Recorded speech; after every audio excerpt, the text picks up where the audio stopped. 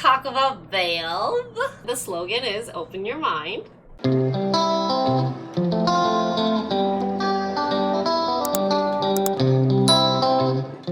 So their mission statement is an innovative engine with world-class gameplay and praised by critiques as games that revitalized or even invented their genre. A vision statement would be, we make all of these stuff collaboratively in Washington, so that's not really a vision, but where we combine the resources and talent of the world-class company with the ethos of a small startup. And after that, this is kind of what my first impression of Valve was, and it's this.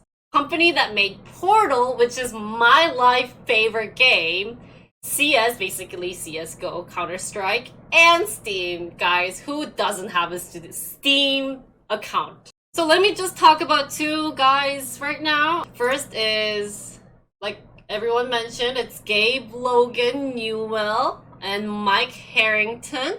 Most of the story is about Gabe. He actually contributed more in creating Valve, but we still had Mike. One thing about Gabe was that he actually was from Harvard. He was actually a Harvard dropout. So he went to Harvard. He stayed there for I think like 2 or 3 years, but he ended up dropping out. And you know what? He actually got accepted to Microsoft, and he's like, you know what? I think I don't need to graduate from Harvard. Microsoft hired me, and he actually made one of those like Windows like 1.0 to some like early on Microsoft stage. So he's been with Microsoft for 13-ish years until he actually met this guy. Well, his name's Michael. I've never actually heard of him either. So he used to also work in Microsoft, but he was like, you know what? I want to do something fun. And he left Microsoft to work on Quake. And Quake is another game. And from him, Gabe got inspired to be like, I'm gonna drop everything too. You know what? I think it's time to leave Microsoft. Get out and start my own company. Even Michael did it, I could do it. He left to Kirkland, Washington. Apparently it was only like 30 minutes away from Microsoft, and he made the company Valve LLC with Mike. And funny story was like, there was someone being like, hey, how was Valve made? It sounds very cool. But there wasn't any like big story behind it. People just brainstormed random lists of names and they started deleting one by one, and until like it was Valve. So that was it. One thing that was also interesting was that the day that they found Valve, actually that's when Gabe got married. And so Valve was made, and like everyone said, the first game was developed in 1998 called Half-Life. And Jinri never played this game. As a big gamer, I feel shame. It opened on the Quake engine by the ID Software because he had connection with Michael. You know, remember the Michael guy? He did play a big role. I think their connection did really help. And so they actually were able to make the game, but the problem was that they seem to have trouble. So this is a game. I was like, I don't know, do I want to play this game? So apparently this game is like, you're killing, it's an alien story, but it's apparently like they have really cool story backgrounds, and like it's fun, and there's like this. So Valve had an idea for it, but they actually had a trouble finding like the publisher. So basically they had trouble finding Steam, because back then in 1998 there wasn't Steam. Like they needed someone to be like, hey, like we'll like help you publish it. So there's one company named Sierra, and they're Washington based, so they're from both Washington, who ended up being like taking a chance on this company and being like, hey, you know what?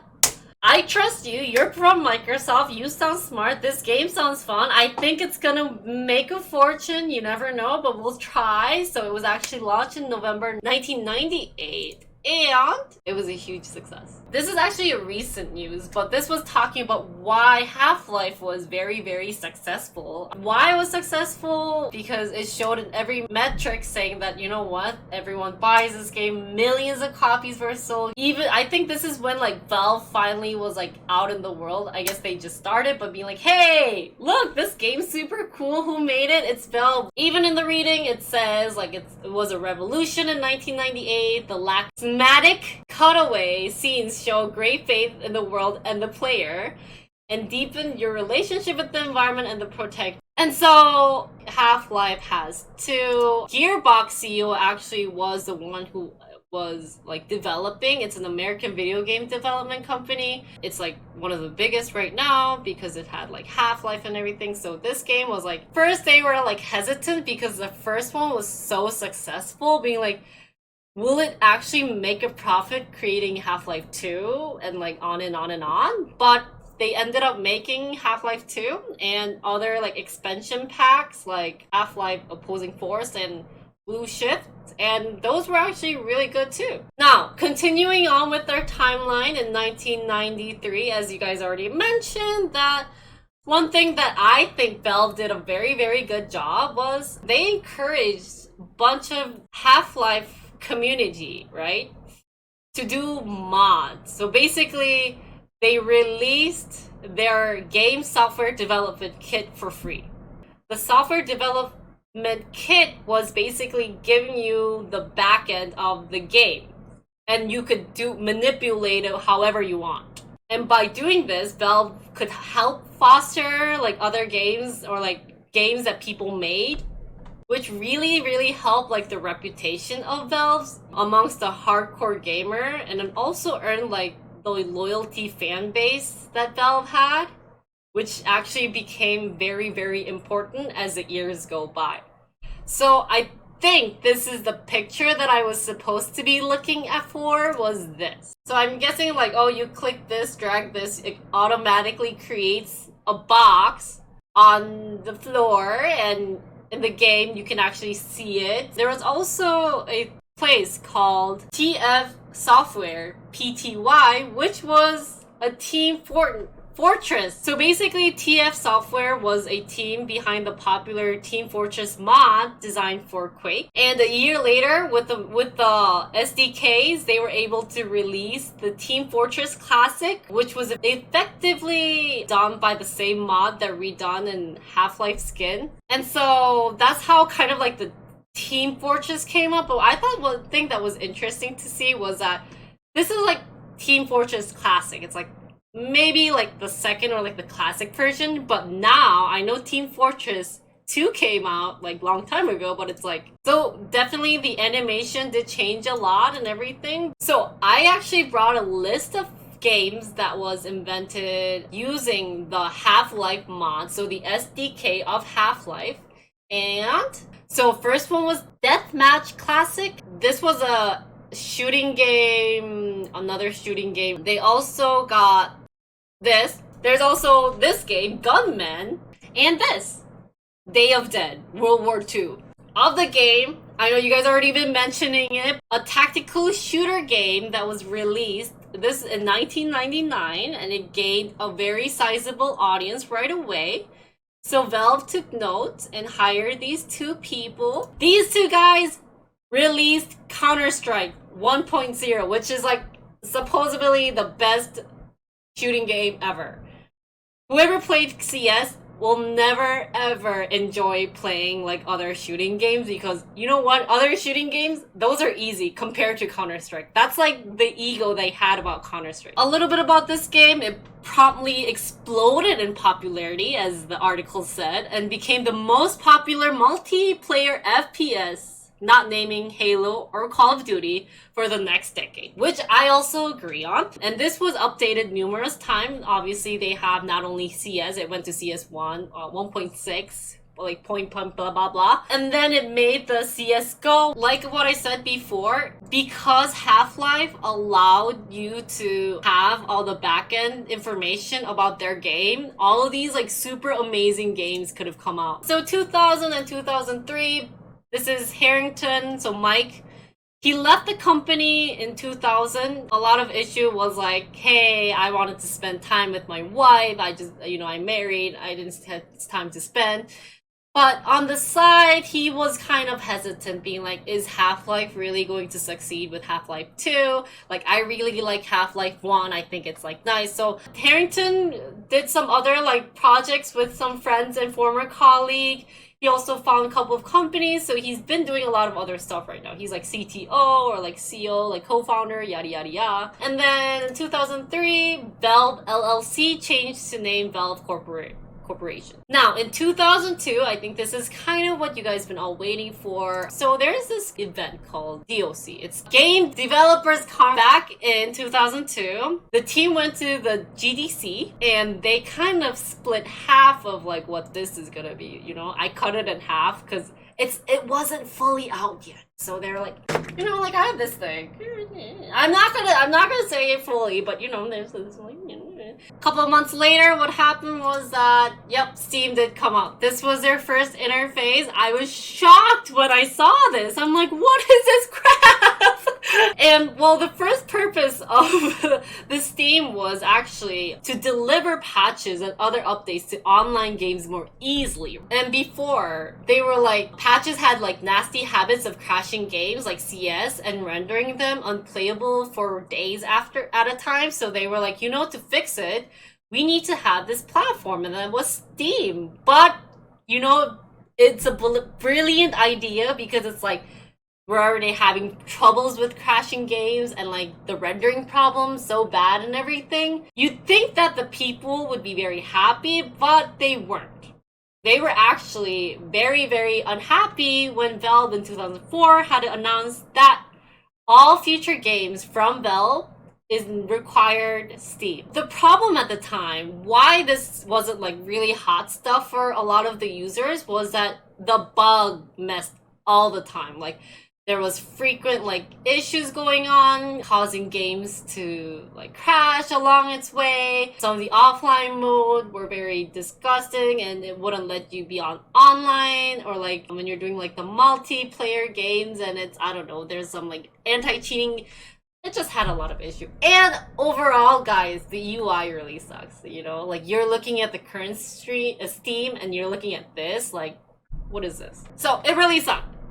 So they really had a very rocky start. This is kind of funny. I read this on Reddit. I got the interface from Reddit, and these were some of the comments. I know you can't read them, but let me read you some of them. First line goes, if I remember correctly, Steam was kind of shit when it came out. I remember that a lot of people were using non-stream version of CS 1.6 or Source because Steam was shitty. Absolutely awful. The fact it survived its terrible initial execution and the outcry that surrounded it just goes to show how good a concept digital distribution is. This is a little timeline that I've kind of created. It wasn't the full one, but so in 2000, this is the first one. This is actually the first one. They're like, overview, yay, this military green, you know, mwah. You move on to 2005 and change this. So what happened in 2005 was that Valve made its first set of distribution agreements with a third-party publisher, so there's more games related to this. So the platform soon became profitable because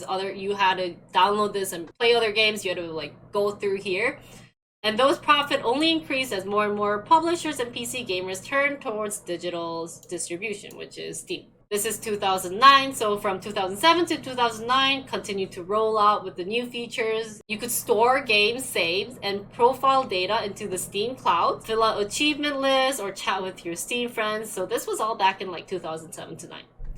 And then this is like the biggest important part is the makeover. So 2010, the UI was like, you really need to work on this. Like, yay, like I will download it, but it is disgusting. Like this green is back. So visually, it got so much better. Also, Mac and Linux client was later released after 2010.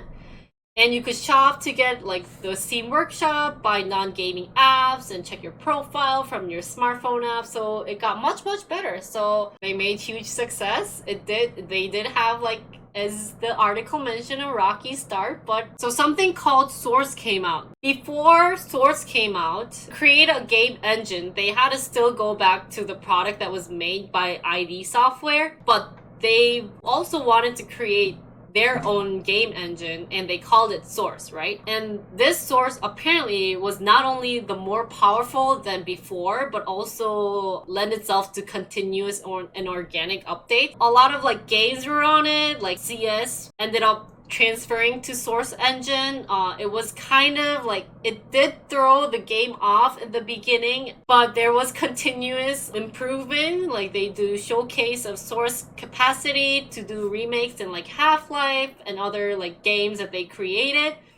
And at the end, they were finally able to release a much better game where the graphical and physical power were like on full display. This is like the Source. The best Source engine out there was Source 2. Did announce it in 2015, and this worked really well with Dota 2. It's one of the popular games right there in Dota 2. I will explain that as time goes on. But Source not only was like really cool, like high quality, but also it was free to publish. So a lot of like mods could use Source or like use this game engine to create their own games to develop more interesting games. So in 2005, so I've never heard of this university. It's DigiPenn. It's a university in Washington, and this university actually kind of focuses more towards game development. Happened was that one day, Robin Walker, who's a Valve developer, went to their annual career fair and saw a game at a fair, you know? And they were like,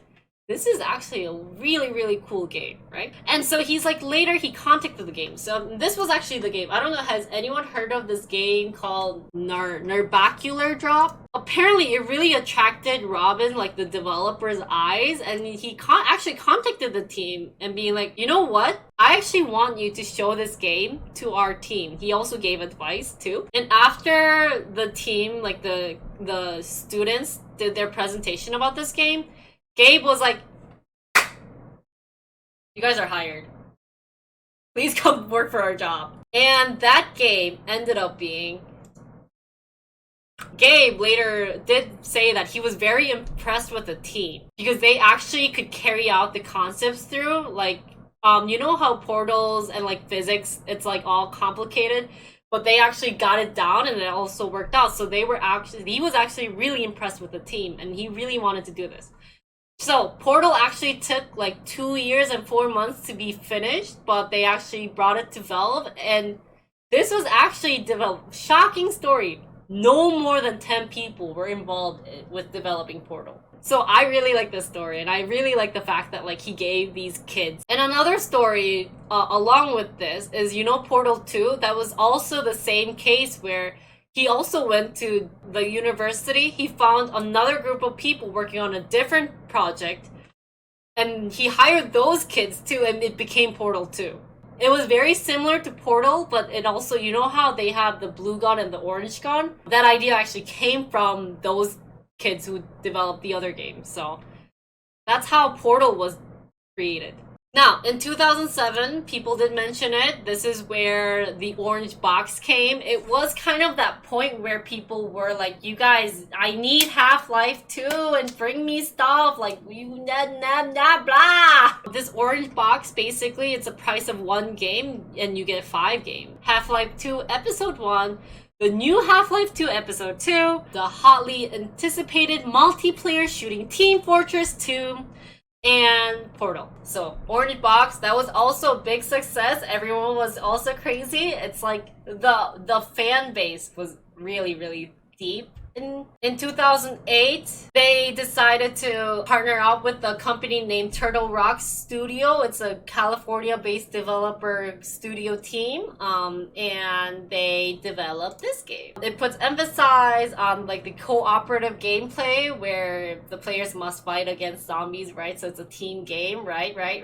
And this was a very, very, very huge success where they not only made Left 4 Dead, but Left 4 Dead 2 in 2 years. One thing about Left 4 Dead was that, I will talk about this later, but Left 4 Dead 2 came out way too early. As in, people were like, you know, we don't even have time to enjoy this and you're creating a new one and it's coming out. Really? Why? So they actually got mad, and they started like doing a riot about it, but they ended up loving the game, so I don't know. But unfortunately, Turtle Rock Studios in 2010 did separate with Valve.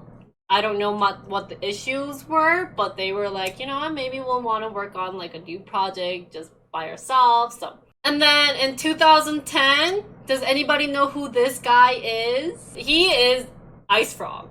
So he's basically a Dota developer. Before he became a Dota developer, he was a developer of Defense of the Ancients, which was Worldcraft 3 mod. Also, this is an assumption of that's who he is. So he created this, where everyone really loves Dota. This is actually Dota 2's picture, but there was like the blurred line of like the lawsuit from the Worldcraft developer, like Blizzard, because like Dota and Worldcraft 3, it kind of might seem the resemblance and yada yada yada. Two sides settled in mid 2012, and after that, Dota 2 was formally launched in the past July of 2012, and that went terrific. Everyone loved it. It's like crazy. So even people still are playing it. From here on, it kind of drifted away from game development. I don't know what happened, but so 2005, they decided to do something called Steam machines.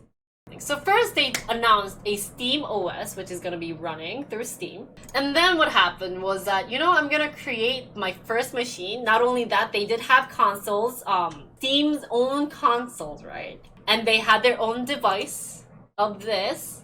But unfortunately, in June 6, 2016, fewer than 500,000 has been sold. And as time goes on, the Steam machine line has been effectively canceled. So people were like, this isn't really worth anything. Like, I don't see a benefit in buying this, right? And Bell did continue to manufacture and sell the Steam controllers until the late November of 2016 or 17. But controllers are out. So in 2016, they created a virtual reality headset, which looks like this, which was also announced at the Game Developer Conference. 2018, his name's Richard Garfield. He was our next project of Valve's games, right? And the next project was Artifact. Where they got the idea of Artifact, kind of similar story as always. Garfield made this game called Game the Gathering Deckmaster, so it was like a digital collectible card game, so basically kind of maybe similar to Hearthstone, I'm guessing. And they thought that it's going to work out, but the problem was that it actually was very unsuccessful. So Gabe said in an article being like, you know what? Artifact was a giant disappointment. He's really disappointed. He was really upset that it was gonna work. Later, in March 2020, Valve's digital card game Artifacts is being rebooted, so there might be a Artifact 2 coming out. They did mention in the article saying that they were very surprised that it wasn't gonna be a success, but we're gonna try to do it again. Now in 2019, Underlord came out, but why I mentioned January 1st is because of this game. You guys remember this? Everyone played it. This was made by Drodo Studio. They were developers. They used Dota 2 to create an auto chess game where basically they was inspired by the Chinese Zhang for reference. But they came after that and seeing the huge success in Dota 2. Even I never played Dota 2 and I downloaded Dota 2 to play this game. So they decided to come up with Dota Underlord. But, nah, it's that was a huge success. Now in 2020, one thing that I wanted to put inside was, did Valve corporate ever made public? This was a Reddit article. Valve right now is a private company, which means that they didn't do an IPO. They're not public, so people can't buy their stock. 3 reasons why a company goes public. So 1, it's investors want an exit. 2, founders want to be rich. That's true, but Gabe is already rich from Valve, so maybe, you don't want to be super duper rich. The company needs additional funding to fund further expansion. Valve has no intention to dominate the world. And there are just drawbacks to a public. It's expensive to go public, it's expensive to remain public, it's a pain to report on a quarterly basis, and Gabe won't be free to do whatever he wants management-wise and investing in the future of the company. Also, another thing that came out actually recently was an article saying, whatever happened to Half-Life 3? And then so they're like, well, I don't know about Half-Life 3, but I'll give you this game called Half-Life Alyx. And what this game is,